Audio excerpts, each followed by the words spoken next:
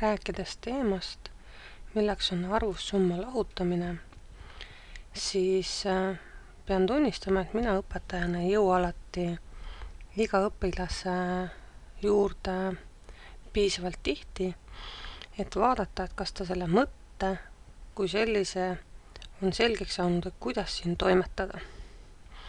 Selle tõttu leidsin ma heaks lahenduseks teha see trillimine GeoGebras laste jaoks võimalikuks, sest siin ta saab samm-sammult kogu aeg ennast kontrollida, kas ta sai aru, kas ta mõtleb õigesti. Meie täna vaatame, kuidas teha seda esimest näidet, mis mul siin on. Ehk siin on mina kui ülesande looja olen vaadanud siis arvud selliselt, et siin on 91 ja siin on 41. Kui me siin vaatame 80 ja 39, 58 ja 28, siis need ei ole mitte suvaliselt kogemata nii sattunud, vaid arvude defineerimisel ma olen nii teinud, et see nii oleks. Ehk sundida õpilast seda võtet kasutama. Ja siin ka need ühelised, ma olen proovinud defineerida nii, mitte proovinud, vaid defineerisin nii, et siin ei oleks näiteks 10, 20, 30, sellepärast, et siis on tal hõlpsam siin sulus kokku liita ja siis alles lahutama hakata. Aga vaatame siis, kuidas samm-sammult seda ülesannet teha. No nii palju veel enne, et lihtsam on minu jaoks teha see ülesanne selliselt, et õpilane sisestab vastusse siia ilma tühikuid kasutamata. 89, miinus 39, miinus 5 ja miks ilma tühikuid kasutamata on sellepärast, et kas õpilane vajutab tühiku või 2 või 3, tal on seda vahete vahel raske hinnata, aga kui me tühikuid üldse ei kasuta, siis tal on seda hea lihtne jälgida. Nii, siia ka siis lahutades saame siis 50, ütleme, et unustame selle lõppu ära, paneme kontrolli ja nüüd kui õpilane näeb, et esimene rida on õige, teine rida ei ole. Ja see on siis see, mida õpilased, vähemalt minu õpilased tihti unustavad, et see -5 veel siia kirjutada. Ja nüüd siis lõppvastus, vaatame uuesti kontrolli, õnnestus. Vaatame, kuidas siis seda ülesannet siin luua.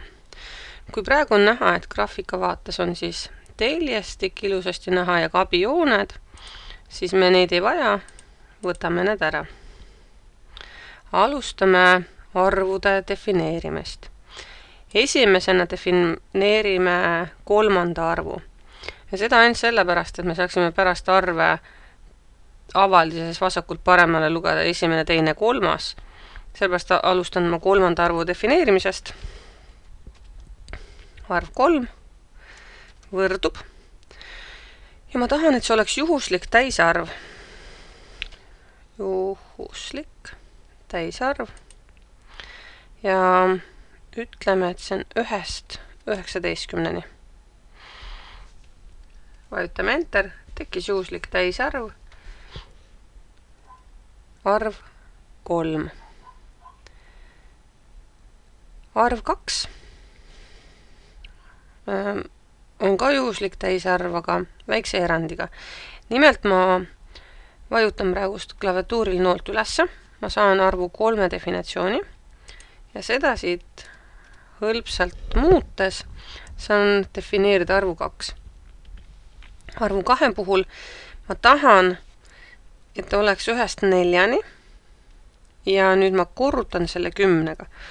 Hetkel on tulemuseks siis 10, 20, 30, 40. Nendest tehakse siis valik. Ja ma liidan juhusliku täisarvu, mis on siis 1-st 9-ni.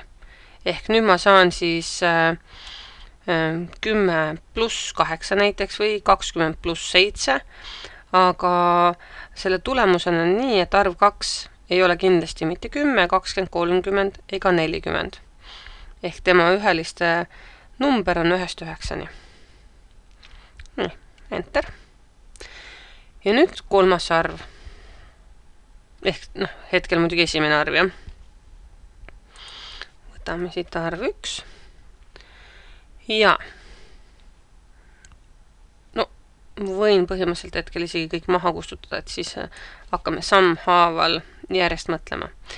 Kuna esimene arv on see, millest ma kõike maha hakkan lahutama, siis ma tahan, et see oleks arv 2 pluss arv 3 ja nüüd on vaja midagi lisaks liita ja me liidame selleks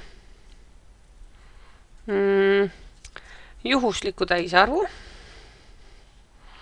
Juhuslik täisarv. Võtame siis vahemikust 1 kuni 5, aga korrutame selle jälle näiteks 10-ga. See tähendab seda, et vastusteks tulevad mulle siis järkarvud 10, 20, 30. Aga mis on veel oluline? Oluline see, et ma tahan maha lahutada jäägi. Ja jäägi, kui ma arvu 3 jagan 10-ga. Vajutame Enter ja vaatame, mis juhtub. See, kui ma nüüd jäägi maha lahutasin arvu 3-st, siis ma saan nii, et arvul 2 ja arvul 1 oleks täpselt ühesugused ühelised. Et see garanteerib mulle selle.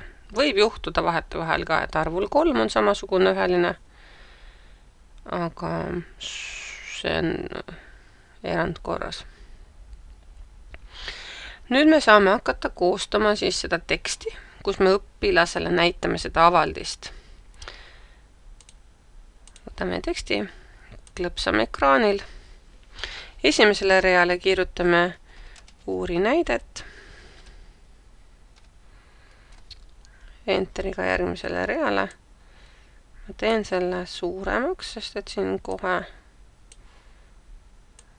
on parem siis vaadata. Ja nüüd võtame objektid, ütleme, et arv 1. Temast me tahame lahutada. Objektidest võtame arv 2. Aga unustasin siia ette panna alustava sulu. Paneme selle ka. Nüüd me tahame liita sellele arv 3, paneme sulu kinni, võrduse, Enter. Järgmist rida alustame võrdusega ja jälle arv 1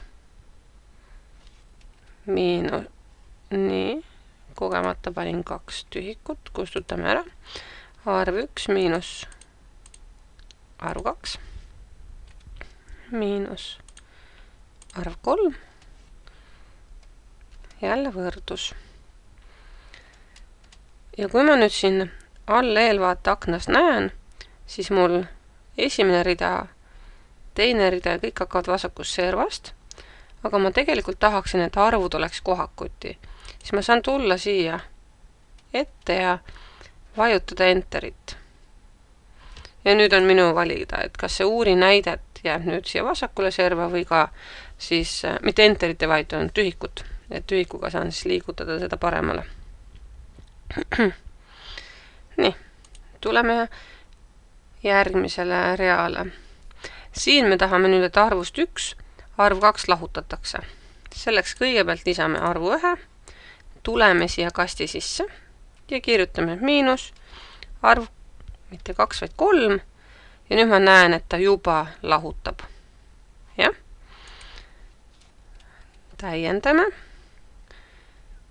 Paneme siia arvu 3. Ja viimasele reale tahame me siis vastust näidata. Selleks võtame arv 1. Ja nüüd on vaja siit lahutada nii arv 2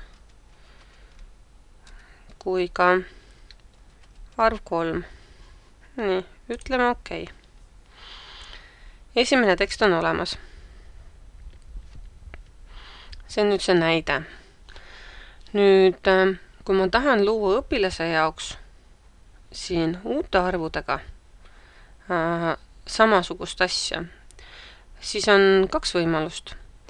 Kas ma võtan loon jälle näiteks arv 11, arv 12, arv 13 ja loon samamoodi teksti või kasutan mingit kiirvõtet. Ja selleks kiirvõtteks on see, et ma teen aktiivseks selle, võtan klaviatuuri pealt kontroll hoian all, vajutan C-d ja nüüd hoian uuesti kontroll all ja vajutan V-d. Nüüd ta kopeerib kõik selle tekstiga seonduva. Mul tekkis arv 1 alaindeksiga 1, arv 2 alaindeksiga 1, arv 3 alaindeksiga 1, tekst 1 alaindeksiga 1, aga ma ei näe siin seda teksti. Tegelikult on nii, et see tekst tekkis eelmise teksti peale.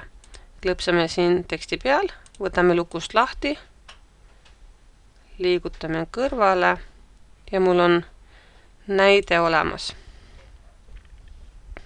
Seesama. Mina võtan need knopkad ka välja, siis ei saa õpilane teda liigutada. Ja nüüd saame seda muuta. Uuri näidet tasemele kirjutame, et lahenda näite järgi.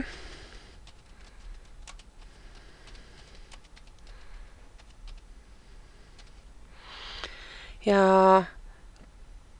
kõik see alates siin 3. reast ma tegelikult tahan ära kustutada, sest ma ei taha, et laps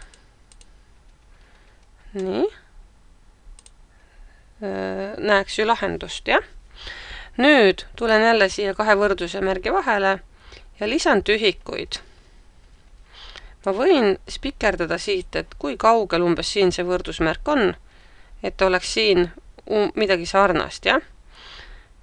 Tulen siia selle vahele ja jälle vaatan, et oleks midagi sarnast, et kui siin on 22, umbes 2 all ta on, võtan siit ka, umbes siis samal kaugusel, jah? Kui olen rahul, ütlen okei. Nii, ülesanne õpilase jaoks olemas. Saamegi hakata tegelema ettevalmistusega, et saaks õpilase vastuseid kontrollida. Selleks on siis jälle tõeväärtused. Trükime in1, mis kontrollib siis seda, et kas on sisestatud. Paneme false.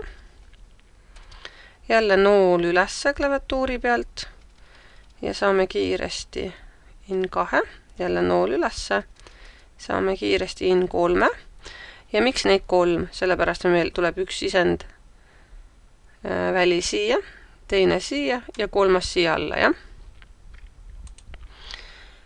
Võtame ka õigsuse jaoks oig1, jälle nool ülesse, 2, nool ülesse, muudame 2 3-ks, enter ja kontrollime siit algebra vaatest ka, et kas nad kõik tekkisid ilusasti olemas. 6 tõeväärtust olemas. Ja nüüd peab tähele panema seda, et kui ma siia sisendväärtuste jaoks, kui õpilane siia vastusi sisestab, siis ma tahan, et ta võrdsustaks selle vastuse tekstiga. Kui ta võrdsustab ta arvuga, siis automaatselt see sisendväli arvutab ära. Aga me ei taha seda. Ma tahan, et oleks tekst. Kirjutan vastus 1, võrdub ja jutumärkide vahele kirjutan suvalise teksti. Vastus 2 jaoks täpselt sama. Ja vastus 3 jaoks jälle sama, sest ma tahan, et see vastus oleks tekstiline, et ta saaks aru kui tekstist. Võtame siit näitamise maha, siis nad ei sega meid siin.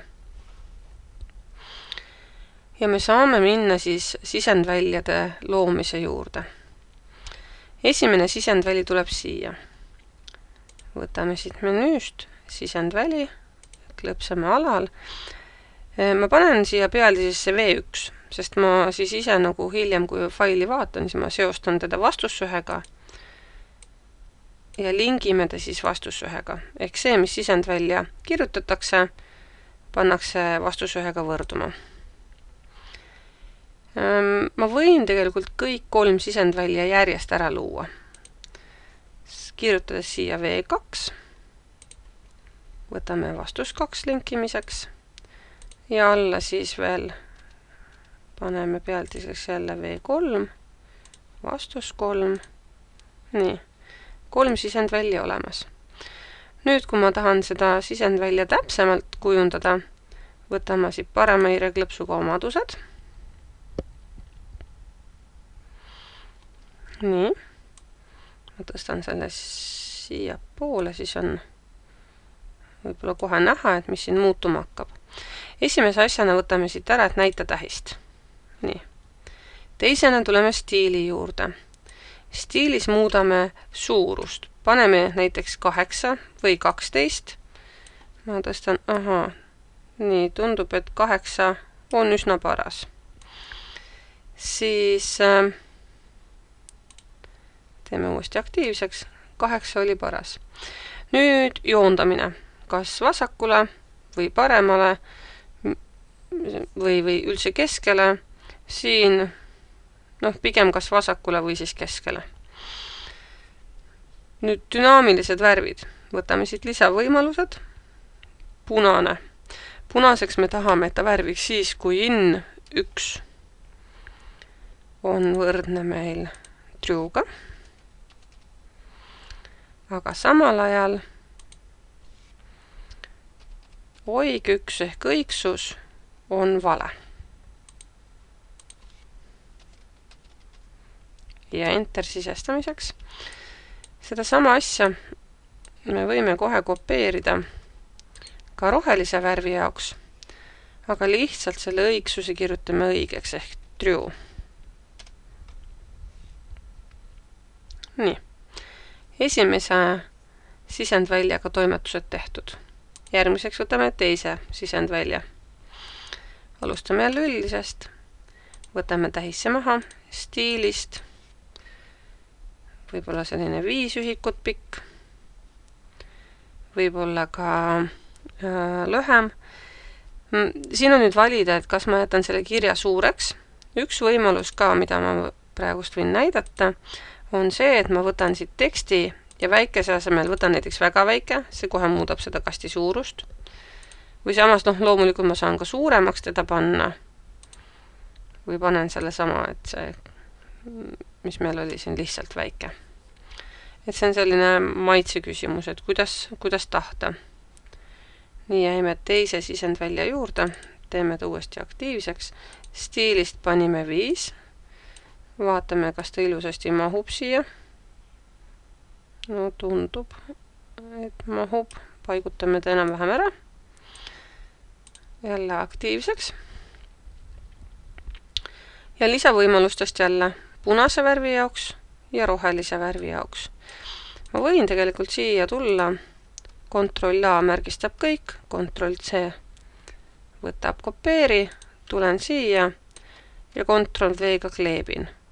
Ja nüüd ainult see numbrite muutmine, ehk me kontrolliksime teise vastusse asju. Jälle Ctrl A, Ctrl C, Ctrl V. Ja viimaseks kirjutame jälle true, ehk värvi roheliseks siis, kui in on true ja õigsus on true. Kolmas sisendväli. Alustasime siis üldisest, võtame tähisse maha. Stiilist, näiteks 3 ühikut pikk. Ja lisavõimalustest siis jälle need dünaamilised. Peaks olema veel alles sama käsklus ehk Ctrl V-ga ainult sain. Juba kleebitud. Ja võtan ikkagi uuesti siis Ctrl C, Ctrl V, siis ma ei pea enam neid numbreid muutma hakkama. Nii. Sisendväljadega toimetused tehtud. Ja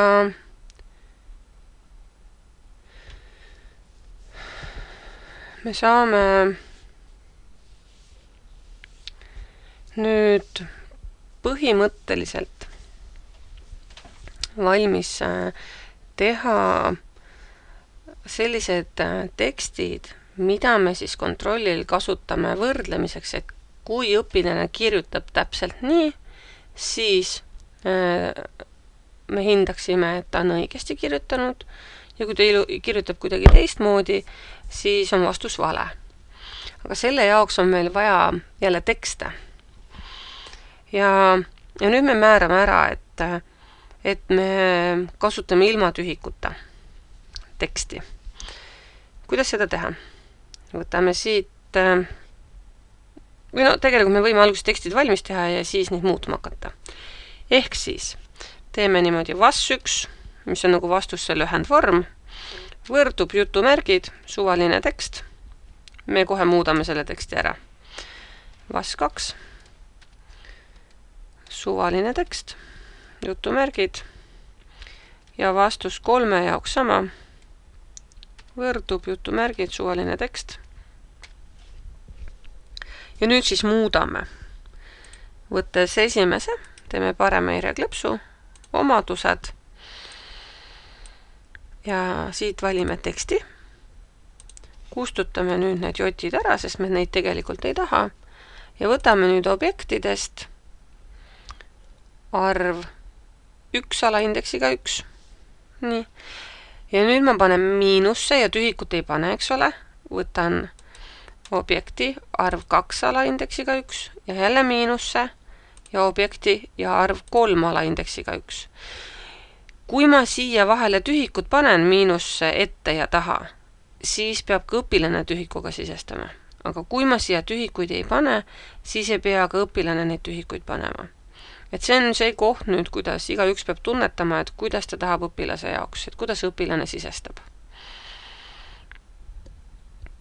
Nii, valmis, ütleme okei. Nüüd saame siit valida kohe kõrvalt vastus 2. Nii, siit on siis näha, et vastus 2 hakkame tegelema. Ja nüüd kustutame kõhid ära. Ja jälle võtame objektid. Arv 1 alaindeksiga 1. Aga kuna me nüüd hakkame seda rida kirjutama, et õpilane peaks selle rea vastama, siis me tahame, et arvuti ära arvutaks ju selle sama, et miinus arv 2 alaindeksiga siis 1. Nii. Ja siis on miinus ja 3. arv. Okei. Ja tegelikult ma võin võtta siit Ctrl-C, Ctrl-A ja Ctrl-C siit teksti seest. Ja kui ma tulen nüüd vastus 3 muutma, siis kustutan siit ära, võtan objekti, võtan hoopis selle siit, tulen siia ette, vajutan Ctrl-V, miinusmärgi ja ongi kogu vastus. Ütlen okei. Sest okei kinnitab. Kontrollin, kas kõik on ilusasti sisestatud, et olen okei igal pool vajutanud, sest kui ma teksti muudan ja okei ei vajuta, siis ta ei muuda seda teksti. Ehk jätab selle vana teksti alles, mida ma muutma asusin. Nii. Need vastuse tekstid nüüd on ka siin ekraanil näha, aga samamoodi peidame nad ära. Viimane sisendväli, lohistame selle ka siia paika enam-vähem visuaalselt, et sobiks. Ja nüüd me oleme valmis sisestama nuppe. Nuppude lisamiseks me paneme siis 2 nuppu, et üks on kontrollimiseks ja teine on siis uute arvude jaoks. Võtame siit nupu, kirjutame peale kontrolli. Ja skripti kirjutame siis sellised read, mis määravad meil järgmised asjad. Esimene, määraväärtus õigsus 1, kui, ja nüüd on see, et kui vastus 1 on võrdne vas1-ga, ehk kui õpilase sisestatud on võrdne selle avaldisega, selle tekstiga tegelikult, sest arvuti näeb teda tekstina praegust. Ja jälle, pane õigsus 2 tõeseks, kui vastus 2 on vas 2-ga võrdne. Ehk teise sisend ehk siia pessa on kirjutatud täpselt selline asi. Ja kolmandaga täpselt sama. Ja nüüd lõpuks, et määra in 1 tõeseks ja in 2 tõeseks, need on siis nende dünaamiliste värvide jaoks olulised. Ütleme okei. Teeme kohe ka ära teise nupu. Paneme sellele siis pealkirjaks uus tehe. Ehk pealdiseks siis, jah. Ja skripti kirjutame sellised read, kus siis on öeldud, et värskenda konstruktsiooni, ehk siis ta leiab siia uued arvud kõik, juhuslikud arvud, ja siis meie tingimusi loomulikult arvestades. Ja nüüd ta ütleb, et in 1 oleks vale, in 2, 3 samuti ja õigsused samamoodi valed, aga mis on oluline, et ta kustutaks siis vastuste väärtused. Ütleme okei. Ja proovime, kas töötab. No võtame siis uus tehe, siis ta kustutab selle siit tühjaks ilusasti. Ja proovime. 65 miinus 15. 65 miinus 15. Ütleme, et unustame ära. Paneme kontrolli. Ilusasti punaseks võetakse. Aga samas näete, need siin ei muutunud, sest seal oli tühi. Nüüd veel miinus 3. Kontrolli. On õige. Arvutame edasi. 50 miinus 3. Lõppu siis 47. Kontrolli. Hästi. Seda saab loomulikult täiendada, muuta siin neid arve, ehk saab ju arve suurendada, mida suuremad on arvud, seda keerulisem on arvutada. Ja samas on sellest suhteliselt lihtne teha ka näiteks vaheliitmist, ehk paned siia plussmärgi, siia miinusmärgi ja siis mõtled, et kus kohas mis asjad tuleb ümber mõelda. Aga põhimõtteliselt põhjana saab seda kasutada ka teiste ülesannete loomiseks.